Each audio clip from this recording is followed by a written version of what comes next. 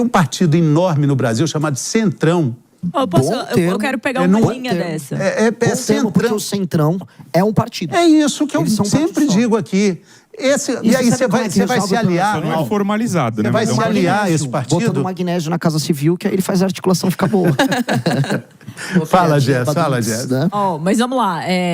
O MBL, antes do Missão, esteve principalmente alinhado num partido que foi União Brasil, que tem como presidente nacional hoje Rueda e que está federando aí com o PP, que é o partido de Ciro Nogueira hoje aí, que sofreu esse início de investigação envolvendo o Banco Master. Vocês viveram a realidade, viram internamente o que é um desses grandes partidos. E a partir disso, imagino que decidiram criar o próprio partido, o Missão, que foi formalizado no ano de 2026 já, né? Já é um partido que... 25. Finaleira. Ali no finalzinho, mas está valendo para esta eleição. É a primeira vez que vão concorrer pelo Partido Missão. Qual é a experiência interna de vivenciar um desses partidos do Centrão que você teve ou que você acompanhou? E qual que você acha que é a maior crítica que se pode fazer à estrutura patética partidária que se tem no Brasil? Muitos partidos são cabide de emprego, muitos partidos são instrumentalizados, têm seus donos. E como que funciona e como que você vê essa diferença dentro do Missão? Pois bem, vamos lá. A gente teve inúmeros partidos. Nós elegemos lideranças em muitos partidos. A gente fala mais do União Brasil porque o Kim concorreu pela União Brasil, o Guto já tinha concorrido, a Amanda também. Mas a gente tem uma experiência multipartidária com todos esses partidos do Centrão aí, o centro-direita. E todos são basicamente a mesma coisa. Todos eles são partidos fisiológicos que não têm proposta de Brasil e apoiam a proposta A, B ou C, dependendo do lugar e dependendo da circunstância. Se você olhar, nunca ninguém teve essa experiência. Pega o programa de todos esses partidos, é tudo igual. E assim, defendemos a democracia, defendemos direitos, justiça social.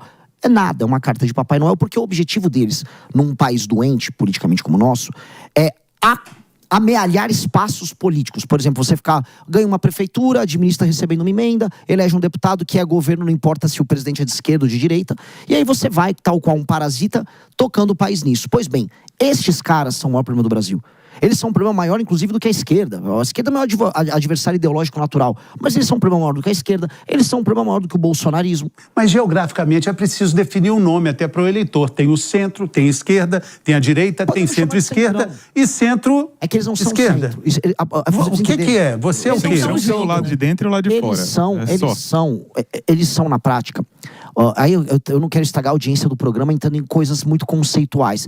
Eles são o velho patrimonialismo brasileiro, que é a fórmula de apropriação do espaço público por entes privados. No Brasil... Meio Ciro Gomes isso aí, hein? Meio Ciro Gomes, por mais que a família do Ciro Gomes no passado tenha também feito isso, tá? Mas o Ciro Gomes, quando eu comparo ele com o resto dos caras, o Ciro Gomes é um homem ilustradíssimo. É o cara que você levaria pra ilha, então. Eu levaria, pra falar então, dois que eu conversaria muito, eu conversaria com ele e o Tasso Gereissati, numa ilha sobre industrialização do Ceará. Porque o que eles fizeram, eu vi. Nesse momento, a gente está de volta na rede de rádio. Estamos aqui com o presidenciável Renan Santos, sendo apertado, mas saindo... Você não é mineiro, né? Você não é mineiro. Não, mas você tá de mineiro aqui hoje. Uma ova. Mineirinho vai fugir da resposta, né? Come uma banana com casca. Eu respondo tudo aqui. Não vou fugir. Porque se baterem no Flávio, pra mim, eu vou falar do Flávio. Se bater no Lula, eu vou falar do Lula. Eu não tenho os intocáveis de direita pra esconder. Igual meu amigo Zema, que faz videozinho de IA, mas nunca aparece o Flávio Bolsonaro. Como é que você ia se relacionar com o PCC? Porque é o seguinte, eu quero te perguntar isso, porque teve a delação também, a gente falou do Vocaro, mas tem uma delação do Beto Louco e do Primo, são alvos da operação Carbono Oculto, e aí eles entregaram a delação, e aí eles olharam e falaram assim, ué, mas peraí, não tem PCC, não tem político aqui? Nananina, não. Foi rejeitada. Eu quero ouvir sua opinião, mas eu quero ouvir as informações. Vamos complementar isso aí com David Diogo, tá ao vivo conosco, direto da redação. Tá chique, David Diogo hoje tá na redação. Conta pra gente, meu amigo. Então, mais uma delação que não foi aceita, é isso? Exatamente, viu, Fernando? Bom dia a você e a todos que nos acompanham. Essa delação, foi negada pelo Ministério Público do Estado de São Paulo. A defesa dos dois recebeu essa negativa na manhã desta quarta-feira. Por que que o Ministério Público do Estado de São Paulo negou, né, essa colaboração premiada dos dois, devido, né, eles obtirem informações, inclusive de lavagem de dinheiro e ligação direta com o primeiro comando da capital, o PCC, assim como detalhes do esquema, né, e a dinâmica da adulteração de combustíveis, além de terem negado também, Fernando, a oferecer detalhes sobre a corrupção policial no estado de São Paulo. Vamos lembrar aqui que essa operação Carbono Oculto também envolve até a participação de um juiz daqui do estado. Vamos lembrar também que os dois, eles estão sendo procurados pela Interpol, já foram localizados, né, ali no Líbano, aliás, na Líbia, e aí a polícia está querendo, né, inclusive, fazer essa prisão dos dois, uma vez que eles estão negando a participação desse grande esquema esse de grande desvio de dinheiro e sendo lavado pelo PCC. A gente sabe que o primeiro comando da capital, né, é envolvido aí na lavagem de dinheiro de várias áreas e combustível não é diferente. É claro que a gente vai ficar acompanhando de perto sobre esse caso, já que a esfera, né, aqui o Ministério Público do Estado de São Paulo, o Tribunal de Justiça negou mais uma vez essa colaboração dos dois, tanto do Beto Louco quanto do primo, e a gente vai ficar de olho em relação a isso. Eu volto com você. Muito bom, David Diogo, muito obrigado pelas informações. Qualquer coisa, chame a gente por aqui. Valeu, tá? Então, Renan, nós estamos completando agora 20 anos daquele famoso salve geral em 2006. Eu era repórter de rua nessa época, corri muito atrás de banco estilhaçado, policiais sendo mortos. E há 20 anos, naquela época, o então governador Geraldo Alckmin, que diz o Henrique é um comunistaço, né, Henrique? Agora é o camarada. Ele teria dito, Geraldo. o PCC está morto. Pois então, a gente viu que os tentáculos só cresceram e o que se diz é que é preciso sentar na mesa para governar, conversando com essas facções criminosas. Você acha que dá para colocar na mesma frase governabilidade e facção criminosa? Não, mas o Brasil não é um país sério. O Brasil não é um país sério e quando você não é um país sério, você é obrigado a conversar com um bandido. Ah, então tem que sentar na mesa com eles? Não, você tem que eliminar eles. Eu tô falando que o Brasil não é sério. Por não ser sério, ele se senta. O Geraldo Alckmin, ele em 2006 e o governo de São Paulo em 2011, 12, poderia ter eliminado o PCC. Ele optou por não eliminar. O PCC obteve o monopólio do crime aqui em São Paulo e ele controla a operação criminosa. Tanto que todo mundo sabe, a operação multibilionária do PCC acontece no Porto de Santos, a Baixada Santista está inteira tomada, estava lá, gravei lá, não pude entrar em áreas da cidade de Santos, porque o PCC controla, igualzinho o Rio de Janeiro, e lá eles exportam a droga que vem lá do Mato Grosso do Sul. Os bilhões que eles faturam com a exportação da droga os bilhões que são reinvestidos em lavagem de dinheiro envolvendo combustível, como a matéria da PAN agora mostrou, no mercado financeiro com a REAG. Inclusive, você vai ver que no mercado financeiro rolou dinheiro deles do crime misturado com o dinheiro dessas operações do banco. Dito isso, chegou uma hora de sentar na mesa com eles? Não, eu vou sentar numa mesa em que eu vou ficar vendo eles sendo mortos pela Polícia Militar do Rio de Janeiro, Polícia Militar de São Paulo, que é a mesa de comando do presidente da República, falando parabéns, eliminou esses caras. Ou presos para sempre, num presídio de segurança máxima.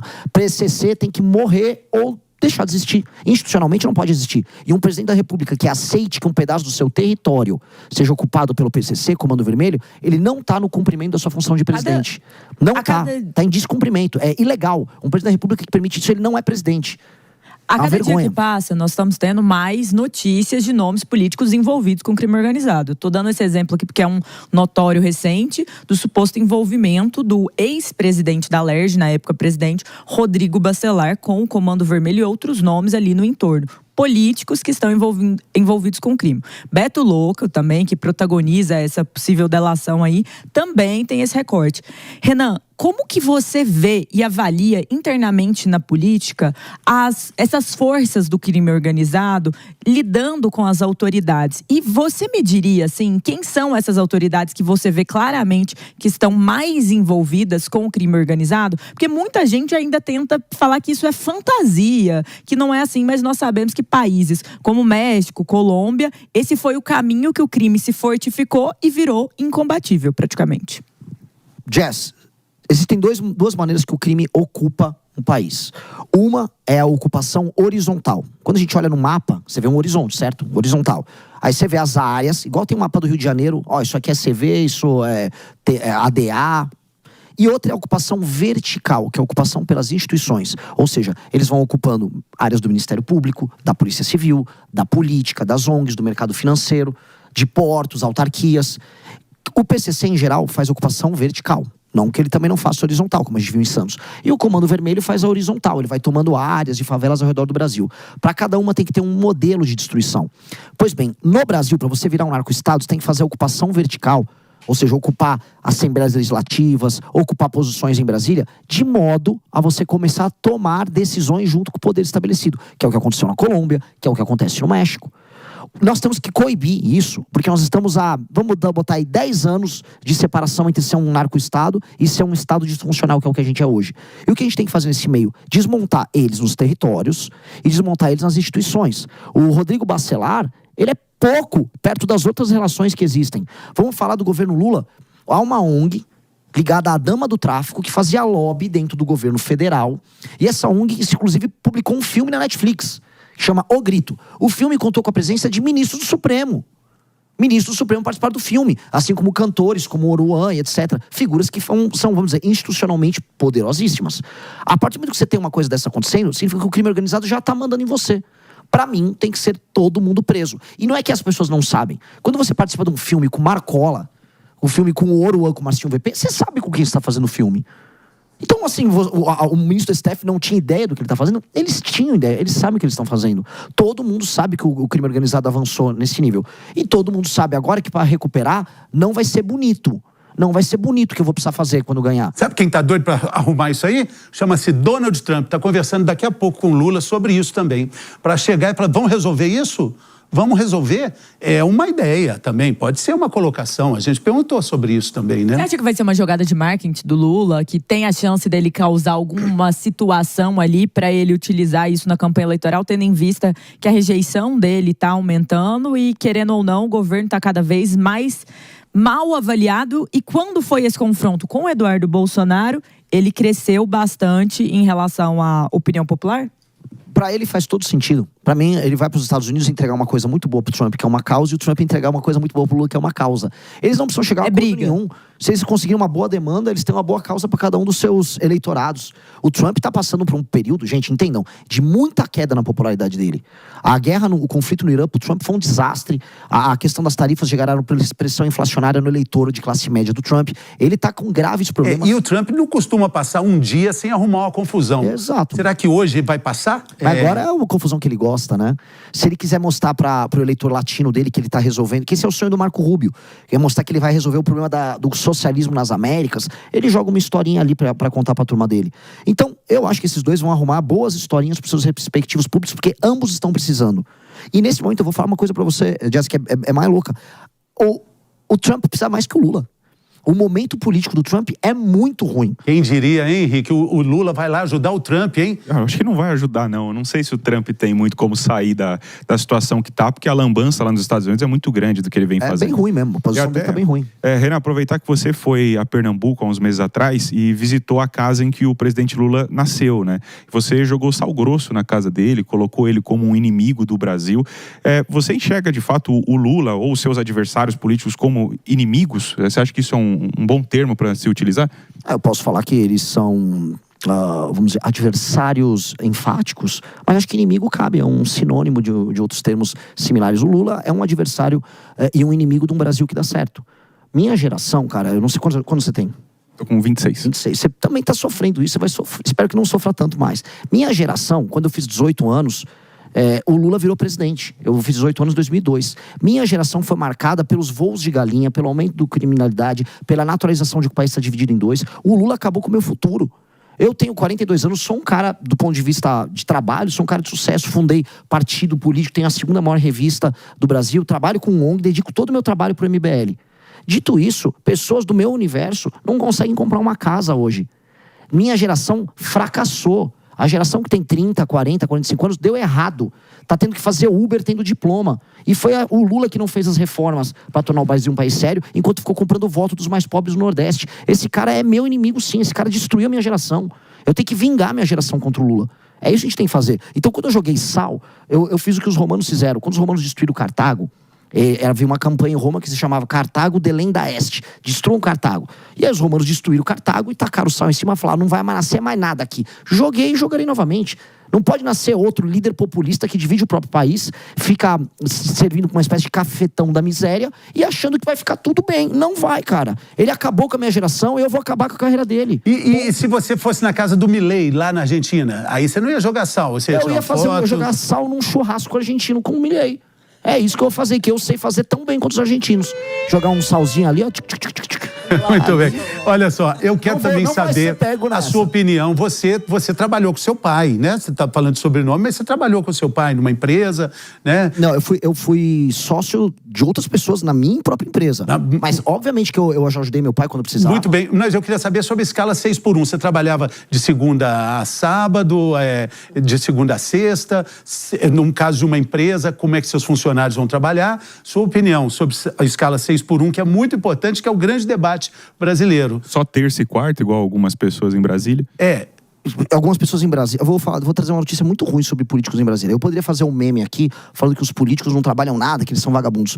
O maior problema dos políticos é que eles trabalham muito. Os políticos têm uma escala 7 Não, peraí. Não, você não disse isso. Não. Você quer a braba, quer polêmica no teu programa? A maior parte dos políticos trabalham todos os dias da semana, roubando, corrompendo, trabalhando contra o Brasil. E é por isso que eles são muito efetivos e o Brasil não dá certo. Se você acha que o político não trabalha, você está subestimando o teu inimigo. O político trabalha muito. Político do Centrão, de semana tá lá comprando. Mas eu vou dizer uma coisa que eu falei no início. Enrolou e não respondeu. Subiu no muro. Não, agora não. Enrolou sim. Mas não vai responder agora não. Vai responder depois do intervalo. Tá bom. Mas que deu enrolada, deu. Não dei, não. E depois do intervalo, na rádio e na TV, Renan Santos continua conosco. Que enrolou.